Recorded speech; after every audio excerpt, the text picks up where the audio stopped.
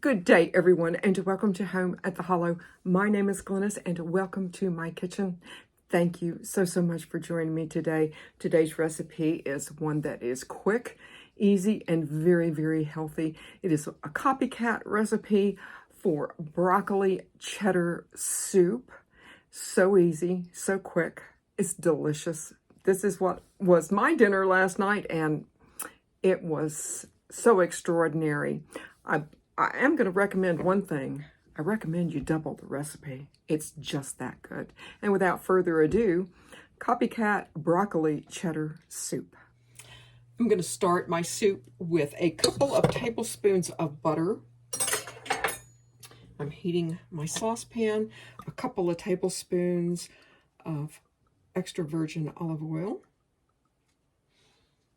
I've got one small onion that I have chopped very well, and I'm going to just add this and cook the onions until they are translucent and tender. So that took about 3 or 4 minutes. I've got 2 tablespoons of all-purpose flour, and just mix this in, and you want to cook this for about 5 minutes until you have basically a browned roux mixture. So that was about 4 minutes for me, and you can see it's really nice and brown. You definitely want to cook your flour when you're doing this. I'm going to add a cup of whole milk. If you have half and half, that's okay too, but milk is really what I had. And I'm going to add about 2 cups. I've got vegetable broth. If you have chicken broth, that's okay too. And, you know, when you're making soups kind of like this, you have to make adjustments along the way anyway. Everyone likes something thicker or thinner or whatever, but I'm going to add 2 cups of vegetable broth to that, but chicken's also fine too. I'm just going to stir this and bring this up to a boil. Now would be a great time to add some salt and pepper. Now, I know there are a few of you that have said, I don't like celery, or, you know, and there is celery in this recipe, and if you want to just say, I'm not doing the celery, add a little bit being 1/4 of a teaspoon of celery salt or celery seed, but I'm going to add just a pinch of salt and pepper. I'm going to bring this up to a boil, and as soon as it reaches a boil, I'm going to turn it down to medium-low. You just want a very slight simmer on this. Medium-low, about 10 minutes.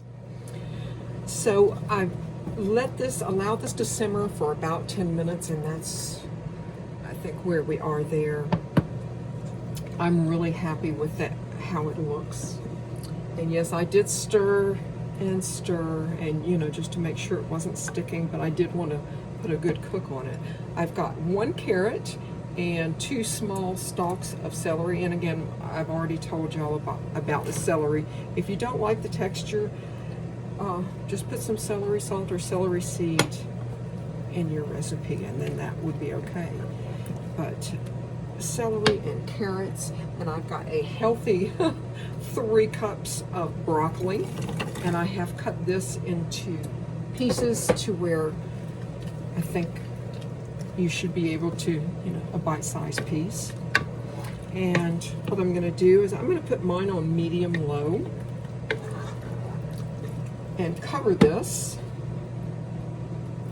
and allow the vegetables to cook to, I guess I should say, to your preference. Some would say you only need to cook this from this point on about 20 minutes, and, you know, then check your vegetables.